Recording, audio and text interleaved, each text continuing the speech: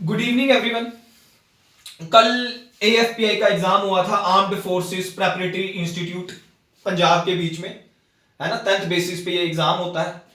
तो उसके सोल्यूशन कल हमने 30-35 क्वेश्चन सॉल्व किए थे।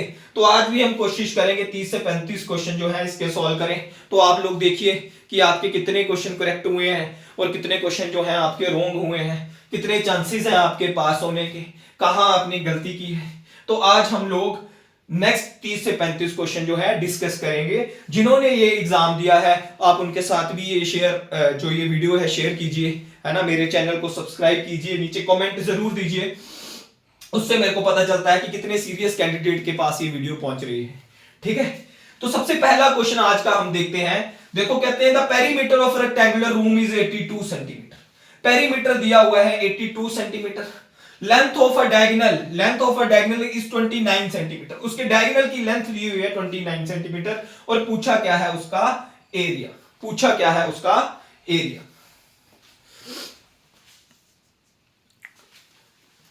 तो रेक्टेंगल हमारे पास क्या होता है, जिसकी ऑपोजिट साइड्स इक्वल होती हैं और पैरेलल होती हैं और सारे के सारे एंगल 90 डिग्री के होते हैं। तो सबसे पहले पेरीमीटर क्या होता है, उसका घेरा, sum of all sides 2l + b। आपको कितना दिया हुआ है 82, तो ये कैंसिल करके कितना हो गया 41। और उसका डायगोनल आपको कितना दिया हुआ है 21। ये 90 डिग्री है तो राइट एंगल ट्राइंगल, तो डायगोनल का square length square plus breadth square is equal to hypotenuse क्या है उसका डायगोनल 29 स्क्वायर। अब मैंने क्या किया, इसका एरिया निकालना है तो मैंने ऊपर वाली इक्वेशन का स्क्वायर कर दिया दोनों तरफ। तो यहां मेरे पास बन गया l square plus B square plus 2lb is equal to 41 square. Second equation जो है मैंने पहली इक्वेशन में से सब्ट्रैक्ट कर दी, तो l square B square cancel हो जाएगा, यहां पर रह जाएगा 2lb। दूसरी तरफ क्या बनेगा 41 square minus 29 square, a square minus b square का फॉर्मूला। तो a क्या होता है a minus b a plus b। तो 41 प्लस 29 मेरे पास बनेगा 70 और 41 माइनस 29 मेरे पास बनेगा 12। तो ये कैंसिल करके मेरे पास बनेगा 6 और लेंथ इनटू ब्रेथ मेरे पास निकल के आ गई 420। तो ऑप्शन फोर्थ था। क्लियर है सबको? नेक्स्ट क्वेश्चन देखिए, इर्रेशनल नंबर्स के ऊपर आपको क्वेश्चन दिया हुआ है। तो कुछ नहीं करना था इस क्वेश्चन में, आपको इसको रेशनलाइज करना था। सबसे पहले -3 इंटू 1/√3 प्लस √2 था, इसको मैंने मल्टीप्लाई कर दिया √3 माइनस √2 से ऊपर भी, √3 माइनस √2 से नीचे, सबको रेशनलाइज करने आता है। यहां पर मैंने -3√2 था अपॉन √6 प्लस √3 था, मल्टीप्लाई कर दिया √6 माइनस √3 से नीचे भी आ गया √6 माइनस √3। उसी तरह से यहां पर 4 प्लस √3 था, नीचे √6 प्लस √2 था, तो मैंने रेशनलाइज कर दिया √6 माइनस √2 से मल्टीप्लाई, √6 माइनस √2 से divide is equals to a√2 plus b√3। ध्यान से देखना यहां पर देखो a plus b a minus b, √3 का स्क्वायर होगा तो 3, √2 का स्क्वायर होगा तो 2, नीचे बन जाएगा 1। क्लियर है सबको? यहां पर मल्टीप्लाई करके अंदर बन जाएगा -3√3 और माइनस माइनस प्लस 3√2। क्लियर है? और यहां पर देखो, यहां पर हमारे पास क्या था √6 था। हाँ जी, √6 प्लस √3 था, √6 plus √6 plus √3 into √6 minus √3, a plus b a minus b। तो √6 का स्क्वायर करोगे तो 6 आएगा, √3 का स्क्वायर करोगे तो 3 आएगा, तो 6 माइनस 3 3 से 3 कैंसिल हो जाएगा ऊपर वाला। तो ऊपर बस मेरे पास बचेगा माइनस ये √2, जब अंदर मल्टीप्लाई होगा तो आपके पास बन जाएगा, ये देखो √12, √2 और √6 आपस में मल्टीप्लाई होके क्या बनेगा √12 को आप लिख सकते हो 2√3। ये माइनस और ये माइनस प्लस हो जाएगा तो अंदर बन जाएगा √6 √2 इंटू √3। उसी तरह से यहां पर देखो √6 plus √2, √6 minus √2, a plus b a minus b। तो √6 का स्क्वायर 6, √2 का स्क्वायर 2, तो 6 माइनस 2 4, ये 4 से ये 4 कैंसिल हो जाएगा, तो सिर्फ अंदर √3 मल्टीप्लाई होगा। तो प्लस जब √3 अंदर मल्टीप्लाई होगा तो बनेगा √18, 18 तो बन जाएगा 3√2 और minus root 6 is equal to A root 2 plus B root 3। अब देखो यहां से क्या क्या कैंसिल होता है, रूट 6 से रूट 6 कैंसिल हो गया, और यहां से मेरे पास देखो ध्यान से 3 root 3 minus 2 root 3, 3 root 2 plus 3 root 2 बन गया मेरे पास 6 रूट 2,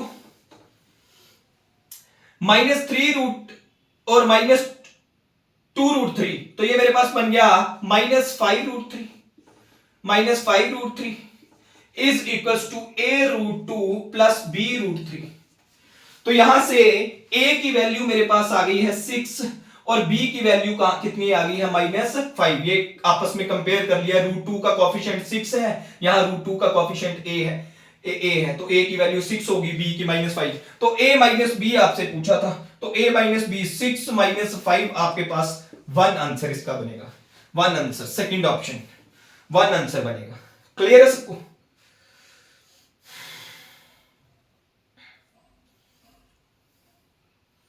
क्लियर है सबको?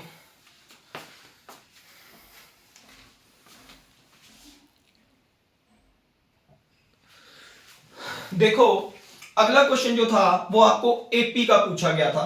इन एन अर्थमेटिक प्रोग्रेशन, एक एपी में the sum of the first 24 terms, पहली 24 टर्म्स का सम जो है 996 है, और उसमें फोर्थ टर्म जो है वो है 16। तो सम आप सबको पता है, sum is equal to, sum कितना दिया हुआ है 996, n by 2, number of terms कितनी है 24 by 2 is equal to 2a plus n minus 1 into d. n कितना है 24, 24 माइनस 1 कितना आ जाएगा 23d। उसी तरह से फोर्थ टर्म आपको दी हुई है 16, टर्म किसकी इक्वल होती है a plus n minus 1, n यहां पर कितना है 4, तो प्लस 3d। तो ये आराम से सिंपल फॉर्मूला आप लोगों ने पुट करना था, 12 मैंने यहां से कैंसिल कर दिया, 24 2 के साथ कैंसिल कर दिया, 12 आ गया, यहां मल्टीप्लाई किया तो 8 किया 96 36 83 ऊपर आ गया। अब मैंने क्या किया, इसको देखो ध्यान से, ट्वाइस करके इसको 2 गुना कर दिया इक्वेशन को, ये 32 2a प्लस 6d करके ऊपर वाली इक्वेशन में से सब्ट्रैक्ट कर दिया, तो 83 माइनस 32 मेरे पास रह गया 51, 2a से 2a कैंसिल, 23 से 6d कट के कितना आ जाएगा 17d। तो यहां से d की वैल्यू मेरे पास कितनी आ गई 3, d की वैल्यू कितनी आ गई 3, तो यहां पुट कर लो d की वैल्यू, a की वैल्यू निकल आएगी 9d, 16 में 9 मैंने 16 में से सब्ट्रैक्ट किया तो a की वैल्यू आ गई 7, a की वैल्यू आ गई 7, तो सेकंड ऑप्शन इसका आंसर था। नेक्स्ट क्वेश्चन देखो क्या पूछा हुआ है, choose the distance between the points, 2 point आपको दिए हुए हैं, x पे जो है सीकेंट स्क्वायर थीटा, कोस square theta, tan square theta minus sin square theta. तो आपको पता है इसका फॉर्मूला, डायरेक्ट फॉर्मूले के ऊपर से बहुत से क्वेश्चन थे, plus y2 minus y1 square, x2 minus x square plus y2 minus y square का अंडर रूट इन दोनों के बीच में आ जाता इसका डिस्टेंस इन पॉइंट्स के बीच का, तो x2 tan square theta minus secant square theta प्लस y2 minus sin square theta minus cos square theta इसका square, tan square theta minus secant square theta मेरे पास आता कितना 1, प्लस यहां से माइनस कॉमन ले लेते तो ऊपर स्क्वायर माइनस, मतलब यहां माइनस कॉमन ले लेंगे तो अंदर आ जाएगा sin square theta plus cos square theta, उसका स्क्वायर होगा तो 1, तो मेरे पास आंसर बनता √2, तो √2 तीसरा ऑप्शन इज योर आंसर।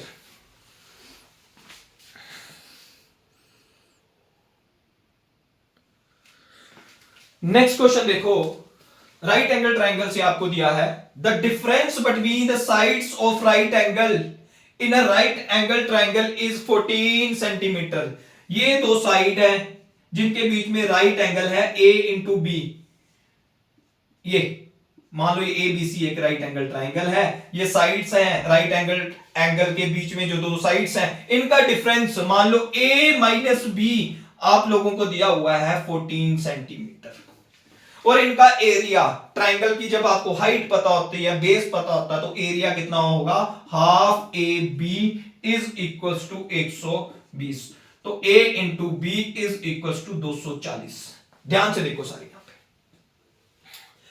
तो दोनों के बीच में डिफरेंस 14 है, प्रोडक्ट उनका 240 है। कई यहां पर इक्वेशन सोल्व करना शुरू कर देते हैं, जरूरत नहीं है। ये डायरेक्ट ट्रिपलेट्स के ऊपर क्वेश्चन है, मैं अभी बताऊंगा आपको ट्रिपलेट्स होते क्या हैं। ध्यान से यहां पर देखो, 24 प्लस 24 इंटू 10 आपके पास कितना होता है 240। और उसी तरह से इनका डिफरेंस देखो, 24 माइनस 10 करोगे तो आपके पास कितना आएगा 14। कितना आएगा 14। आप डायरेक्ट 10 का ट्रिपलेट देखो, ट्रिपलेट कैसे निकालते हैं। मैं 10 का अगर इवन नंबर हो तो स्क्वायर करके 4 से डिवाइड करूं। 10 का स्क्वायर करके 100 किया, 100 को 4 से डिवाइड किया, मेरे पास आया कितना 25। कितना आया 25। ये किसकी मिडल टर्म है 24 एंड 26 की। अगर एक साइड 24 है तो हाइपोटेन्यूज कितना होगा 26। जैसे मान लो कोई ट्रायंगल है, उसमें आपको दिया हुआ है एक साइड 3 है, एक साइड 4 है, ये वाली साइड क्या होगी। तो देखो ध्यान से, इसका ट्रिपलेट कैसे निकालेंगे। अगर ओड नंबर हो तो 2 से डिवाइड करते हैं, अगर इवन नंबर हो तो 4 से डिवाइड करते हैं। यहां पर देखो ध्यान से, 3 का स्क्वायर करोगे तो आपके पास कितना आएगा 9, इसको 2 से डिवाइड करेंगे 4.5। तो मतलब ये किसकी मिडल टर्म है 4 एंड 5 की। एक साइड 4 है तो एक साइड क्या होगी 5 होगी। तो यहां पर साइड्स निकल के आ गई, यहां से एक साइड 24 थी, एक साइड 26 थी और एक साइड थी 10। तो पेरीमीटर पूछा है ट्रायंगल का, तो इनका सम आप देख लो तो कितना आता है 60। 60 fourth option.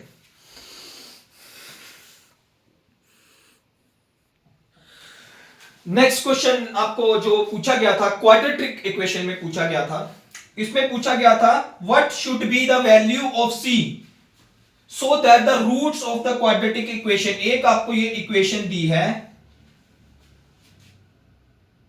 What should be the value of c so that the roots of the quadratic equation are real, कि इसके जो रूट्स हैं वो क्या हो रियल हो। ठीक है,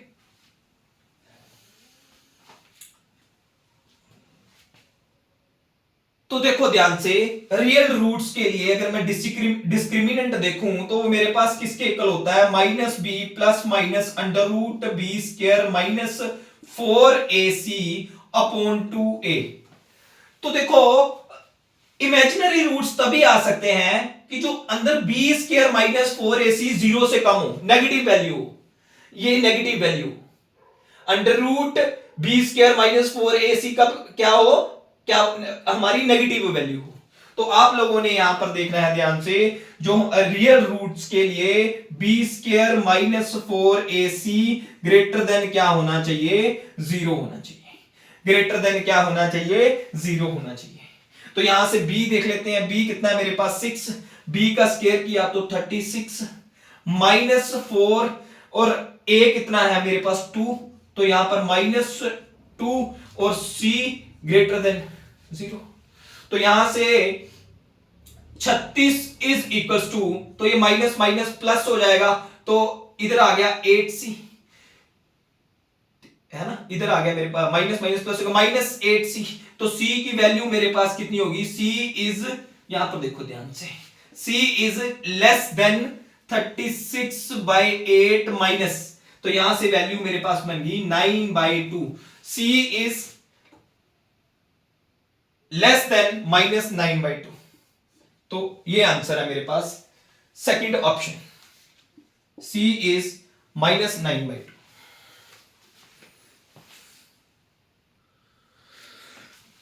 अगला क्वेश्चन देखो, हाइट एंड डिस्टेंस से पूछा गया है, the angle of elevation of the top of an incomplete vertical pillar at a horizontal distance of 100 metre from its base is 45 degree.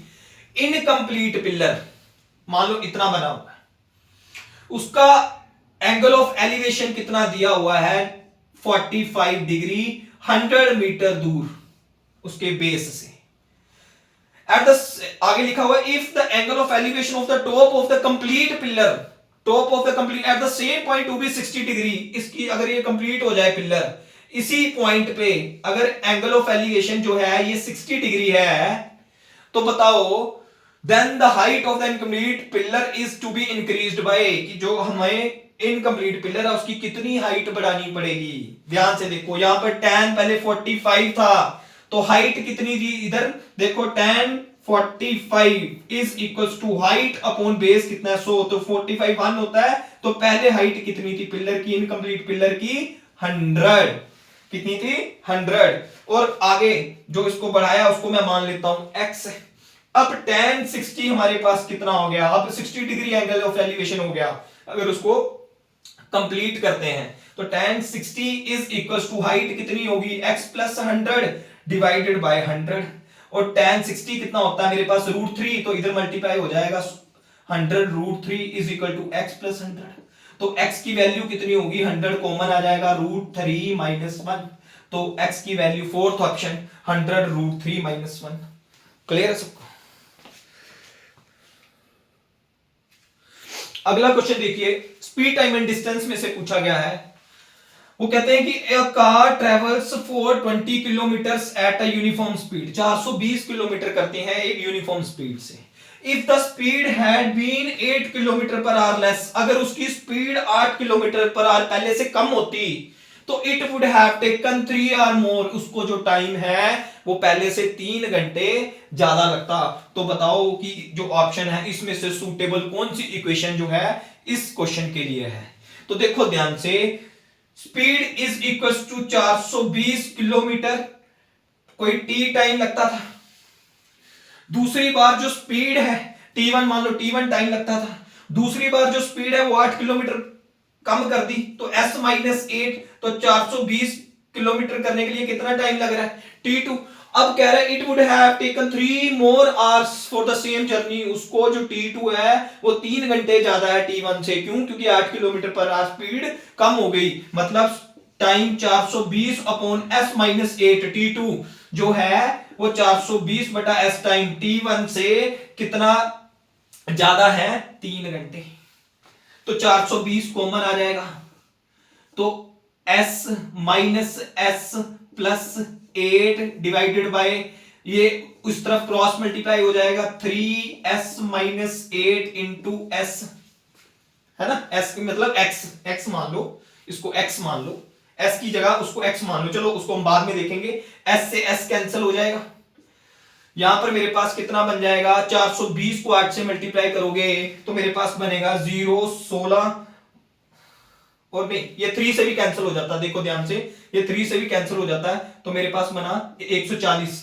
140 को 8 से मल्टीप्लाई करो तो मेरे पास बना 0 32 3 2 11 1120, कितना बना 1120, तो इक्वेशन बन गई, यहां पर मल्टीप्लाई होके x स्क्वायर माइनस 8s और माइनस कितना है 1120, तो ये वाली इक्वेशन, मैंने x लेना था s ले लिया, तो fourth equation is your answer, fourth equation is your answer. Next question देखो क्या बोला हुआ है, in a triangle ABC PQ R the mid points of the side BC CA and AB respectively. एक ट्राइंगल है ABC, जो P है वो मिड पॉइंट है BC का, जो Q है वो है CA का, और जो R है वो है AB का। ये मिड पॉइंट्स हैं, ये मिड पॉइंट्स हैं, मिड पॉइंट्स को मैंने ज्वाइन कर दिया। मिड पॉइंट थ्योरम आप लोगों को सबको पता है। AC की लेंथ आपको दी हुई है 21, अगर ये 21 है तो ये दोनों का, अगर ये मिड पॉइंट है तो ये इससे हाफ होगा, तो यहां से मेरे पास PR 10.5 होगा। BC दिया हुआ है 29, BC 29 है तो यहां से मेरे पास RQ कितना होगा, आपके पास RQ ध्यान से देखो कितना होगा, इसका आधा 14.5। AP जो है आपको दिया हुआ है 30, अगर ये 30 है तो मेरे पास ये PQ कितना होगा 15 होगा। वो कह रहा है the perimeter of the quadrilateral, कौन सा क्वाड्रिलेटरल कह रहा है ARPQ, ये तो AR इसका मिड पॉइंट है, ये 30 था तो ये AR कितना हो गया 15, RP कितना है 10.5, यहां से PQ कितना है 15, और यहां से AQ कितना है, देखो ध्यान से पूरा 21 है तो उसका आधा ही है 10.5, तो मेरे पास जो इसका पेरीमीटर है वो टोटल कितना बन गया, 15 प्लस 15 30 और 21 51। 51 ए आर पी जो पेरीमीटर है वो किसके इक्वल दिया हुआ है, बी के इक्वल। आपको वैल्यू पूछी है b/17, b/17, तो इसको 17 से डिवाइड कर दो, 3 उसमें एक जोड़ो, +1, तो 3 + 1 4 is your answer, 4 is your answer.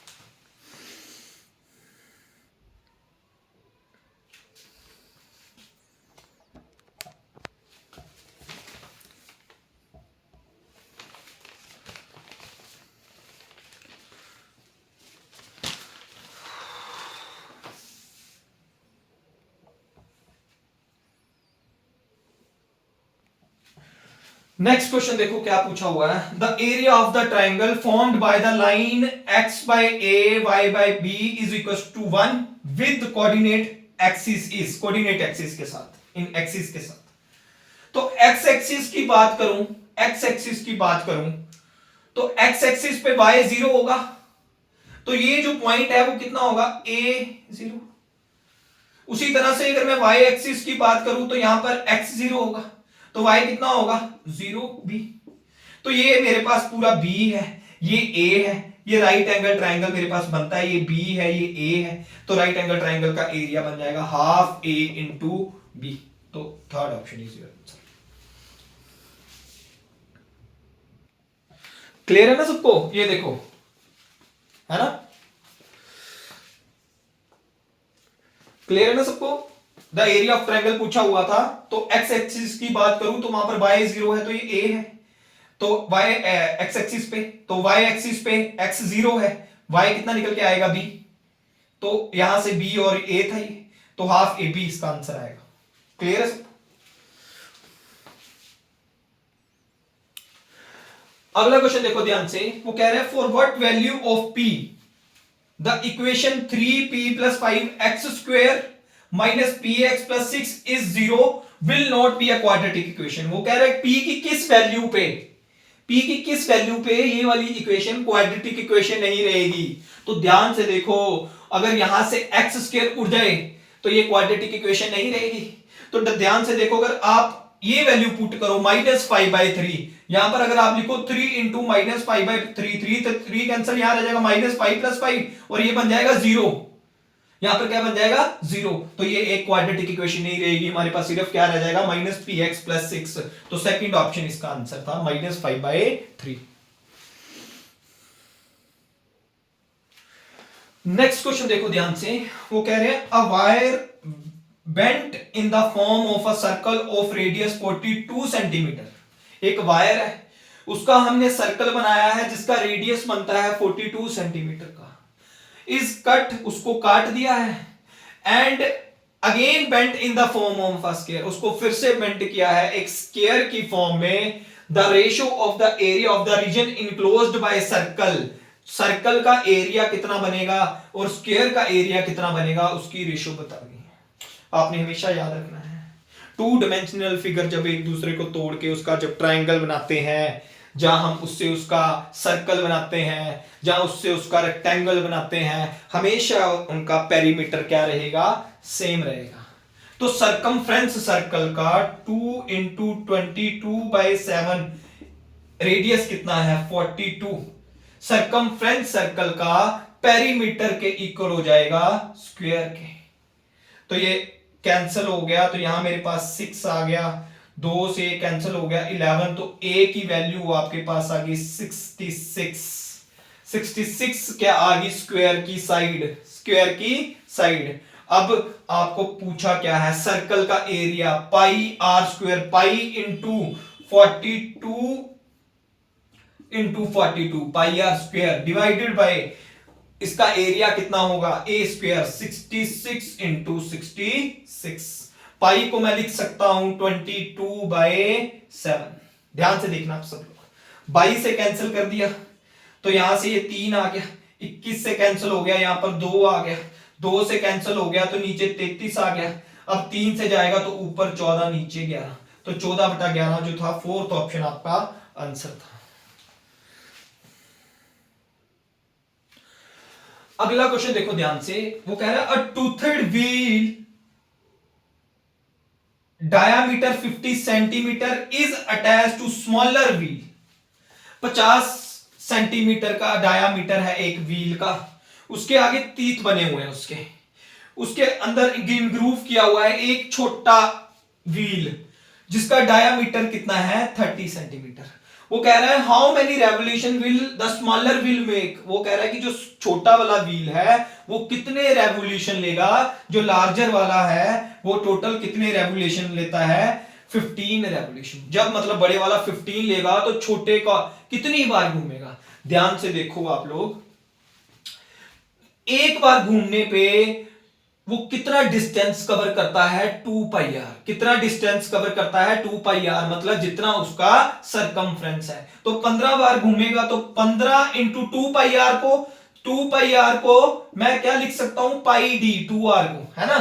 जहां तो अगर मैं इन टर्म्स ऑफ रेडियस लिखूं तो 2 पाई आर है, इन टर्म्स ऑफ डायमीटर लिखूं तो पाई डी है। पाई और डी की वैल्यू आपके पास कितनी है 50 इज इक्वल्स टू, दोनों का डिस्टेंस तो सेम रहेगा ना, सेम डिस्टेंस है ना। तो इसने n रेवोल्यूशन लिए पाई और इसका वो कितना दिया हुआ है डायामीटर 30। तो पाई से पाई कैंसिल हो जाएगा, 15 से 1 कैंसिल होगा तो यहां 2, तो ये कितनी बार घूमेगा 25 बार। जब वो 15 बार घूमेगा तो ये कितनी बार घूम जाएगा 25 टाइम्स।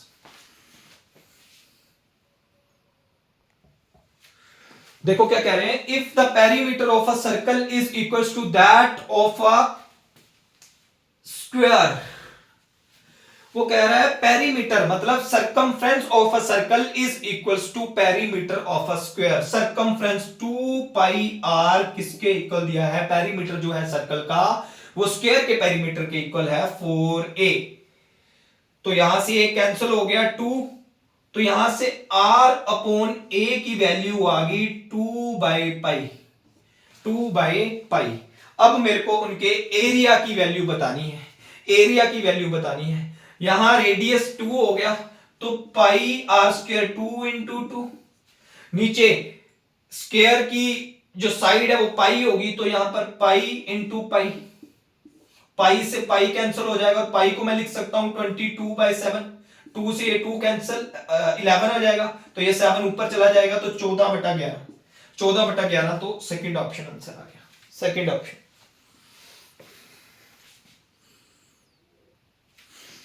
एक क्वेश्चन आपको ये दिया हुआ था 10 raise to power 2y is equals to 25, then 10 raise to power minus y की वैल्यू बतानी थी।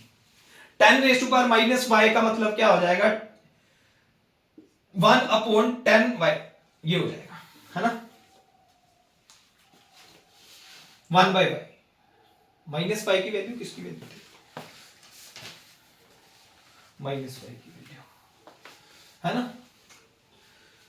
तो देखो ध्यान से 10 रेज टू पावर 2y को मैं लिख सकता हूं 10 raise to power 25 1/2y, 1/2y, है ना। 1/2y इसकी पावर लिख सकता हूं। तो हमें 10 raise to power minus y चाहिए, तो माइनस y मैंने दोनों तरफ मल्टीप्लाई कर दिया, माइनस y से y कैंसिल हो गया, तो यहां पर कितना बच जाएगा इसका 1 माइनस है तो नीचे स्क्वायर हो जाएगा इसका, तो ये मेरे पास बन जाएगा 1/625, नहीं 1 सॉरी यहां पर बन जाएगा 1 अंडर रूट बन गया ना 1/5, माइनस है तो उल्टा हो जाएगा, तो 1/5, तो 1/5 मेरे पास fourth option is your answer.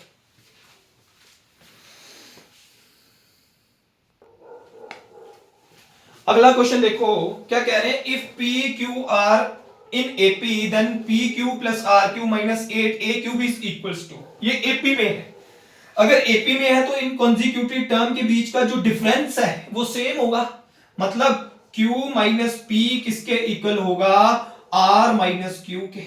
q इधर आ जाएगा तो 2q इज इक्वल्स टू बन जाएगा r प्लस p के इक्वल। मैंने दोनों तरफ क्यूब कर दिया तो 2q cube r plus p cube, तो r plus p cube r cube plus p cube plus 3rp bracket में r प्लस p वो कितना है 2q, इज इक्वल्स टू, यहां बन जाएगा 8q क्यूब, ये मैं इधर ले आता हूं तो ये बन जाएगा 3 into 2 6 p q r is equals to r cube plus p cube minus 8q cube. तो इसकी वैल्यू आपको पूछी थी तो -6 PQR आ गई। Second option is your answer, second option is your answer. अगला क्वेश्चन देखो, आपको पूछा हुआ था विच of the following statement is true. नीचे 4 में से बताना था कौन सी स्टेटमेंट ट्रू है। वो कह रहा है √2 इज अ रैशनल, गलत है। √2 क्या होता है? इररेशनल। वो कह रहा है x is rational if decimal expansion is non terminating and non repeating. कह रहा है x is rational if decimal expansion is non terminating and non repeating. आपको पता है नॉन टर्मिनेटिंग, मैंने तभी बोला है नंबर सिस्टम बहुत इंपॉर्टेंट है। जो मेरी पहली क्लास है, जो मेरी वीडियोस में यहां पर मैंने पहली क्लास लगाई है वो नंबर सिस्टम के ऊपर लगाई है, उसमें मैंने आपको बताया था नॉन टर्मिनेटिंग और नॉन रिपीटिंग जो नंबर होते हैं, डेसिमल नंबर जो होते हैं, उन्हीं को हम कहते हैं इररेशनल नंबर, उन्हीं को हम कहते हैं इररेशनल नंबर। जैसे कि √2 की अगर पॉइंट्स में बात करूं तो 1.4 सो ऑन चलता रहेगा, 4 3 5 2 सो ऑन चलता रहेगा, ना तो वो रिपीट होगा ना तो टर्मिनेट होगा। तो वो कौन से नंबर है? इररेशनल। ये कह रहा है रैशनल है, तो ये भी गलत है। पहली स्टेटमेंट देखो, वो कह रहे हैं नंबर इज रैशनल। कहता नंबर तभी रैशनल होगा जब उसका स्क्वायर जो है रैशनल होगा। क्यों? देखो ध्यान से, इररेशनल का आप स्क्वायर करो तो ये क्या आता है? 2 रैशनल आता है। ऐसे भी हो सकता है, तो ये गलत है। तो बीच वाली सेकंड स्टेटमेंट क्या थी? करेक्ट थी। सेकंड स्टेटमेंट क्या थी? करेक्ट थी। अगला क्वेश्चन देखो ध्यान से, वो कह रहे हैं the 4 cows are tethered at the 4 corners of the square plot of side 74 centimetre. एक मेरे पास स्क्वायर प्लॉट है, उसके चारों कोने पे हमने एक कैटल को बांधा हुआ है। Having the length of the rope, जो रोप की लेंथ है वो कहां तक है? Half of the side of a square, square के हाफ, मतलब अगर इसकी ये 74 लेंथ दी हुई है तो ये रोप की वो कितनी है? 37। तो यहां बांधा हुआ है, तो कह रहा है कितना एरिया ग्रेज होगा? तो ये यहां से सर्कल, जैसे कैटल है तो ये ऐसे सर्कल में ग्रेज करेगा, यहां भी इतना करेगा, यहां भी इतना करेगा, यहां भी इतना करेगा, इस तरह से। ठीक है, तो इसके बीच में एंगल कितना है? कभी कई बार ट्राइंगल का बोल देते हैं, तो ट्राइंगल के एंगल्स का सम कितना होता है? 180। स्क्वायर के एंगल्स का एंगल्स का सम कितना होता है? 360 डिग्री। तो मतलब 360 डिग्री ग्रेज कर लेंगे वो 90। तो पूरे एक स्क्वायर में से सर्कल को माइनस करना था। स्क्वायर का एरिया मेरे पास कितना आ गया? 74 square minus pi r square. R कितना है मेरे पास? अभी हमने देखा है वो 37 है, 74 का हाफ। तो 74 का स्क्वायर निकालना है, 74 का स्क्वायर निकालना है तो 45 28 और 56 और 16 5 6 4 7 6, तो 6 4 7 6 माइनस, तो 37 का स्क्वायर निकालना है। ये मेरी क्लासेस देखना, मैंने वीडियोस डाली हैं स्क्वायर निकालने के लिए। देखो मैं ओरली कैसे निकालूंगा, इसको भी मैंने कितनी जल्दी से निकाला, तो इसकी वीडियो मैंने डाली हुई है, मेरे लेक्चर में वीडियोस जरूर देखना। देखो 37 का स्क्वायर निकालना है तो 50 से कितना कम है? 13, तो 12 में से 13 कम कर दिया, 12 का स्क्वायर पीछे लिख दिया 169, तो कितना बनेगा? 1369। और उसको किससे मल्टीप्लाई करना है? 22/7 से, 22/7 से। तो 22 से गुना, सिंपल सी बात है, इसको मल्टीप्लाई करना है 3.14 से, 3.14 से। तो ये कम से कम 3900 के आसपास इसमें कम हो जाएगा। 1369 को 314 से मल्टीप्लाई करो तो 36 3 24 27 2 12 14 1 5 9 6 3 1 27 2 18 20 2 9 11 1 4, तो 6 16 1 0 6, तो 60166 और पॉइंट ये इसमें से सब्ट्रैक्ट कर देना है हमें। कितना आया था? देखो ध्यान से,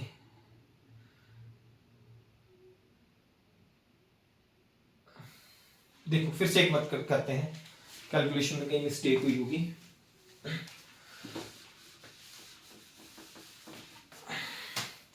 तो ये आ गया था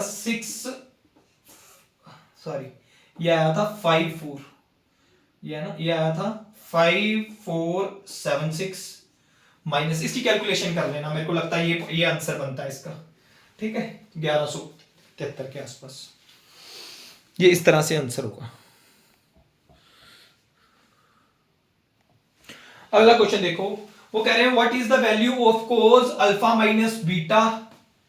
अगर कोस अल्फा 1/2 है, सीकेंट बीटा 2/√3 है। अगर कोस अल्फा 1/2 है तो यहां से अल्फा की वैल्यू कितनी होगी मेरे पास 60 डिग्री, कितनी होगी 60 डिग्री। अगर सीकेंट बीटा 2/√3 है तो यहां से बीटा की वैल्यू कितनी होगी 30 डिग्री। तो आपको पूछी हुई है कोस की, पूछी हुई है किसकी वैल्यू पूछी हुई है, आपको पूछी हुई है कोट की, आपको पूछी हुई है कोट की। तो cot 60 degree minus 30 degree, 30 degree की वैल्यू बतानी थी, तो कोट 30 मेरे पास कितना होता है √3, कितना होता है √3। क्लियर है सबको।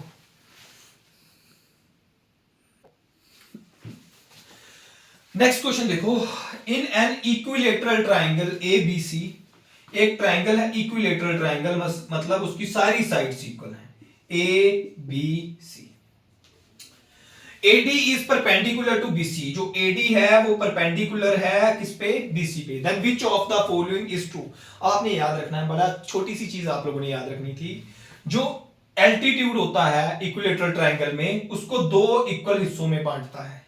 मतलब अगर इसकी लेंथ A है पूरे की, तो और जो ये परपेंडिकुलर होता है ये इक्वल होता है इसका हाफ ऑफ, तो A/2, ये AD जो था मेरे पास कितना था हाफ ऑफ BC। अगर ये पूरा A है तो ये कितना है A/2। क्लियर है। अब आगे कुछ भी नहीं था, है ना। अब आपको बताना है हमें, अब देख लो ध्यान से, ये भी A/2 तो ये भी A/2, ठीक है। तो A² 4 + A² 4 है ना, is equals to AC², is equals to AC²। Sorry, इसको ऐसे मत करना,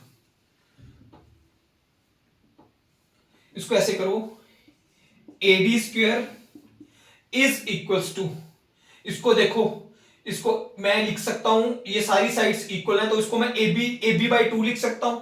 तो इसको लिख देते हैं AB/2² प्लस ये भी AB है क्योंकि ये इक्वल है, प्लस AB²। तो यहां से मेरे पास AD² किसके इक्वल आ गया, AB² 4 + AB², ठीक है। तो यहां से जब एलसीएम लिया तो 5AB² किसके इक्वल आ गया 4AD² के, 4AD² के। ये है कोई ऑप्शन में,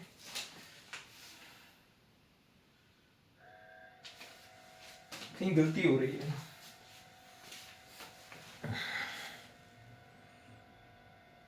देखो ये गलती हो रही थी, AC मान लो A है और ये हमारे पास A/2 है। अब ध्यान से करते हैं, AC² मेरे पास हो जाएगा A², तो ये मेरे पास हो जाएगा A² 4, या फिर इसको आप लिख लो, A² को लिख लो आप AD² प्लस A² 4, है ना। इसको देखो A² is equals to AD² A² 4, ठीक है। तो ये उधर जाके माइनस हो गया, ये बन गया 3A² 4 is equals to AD²।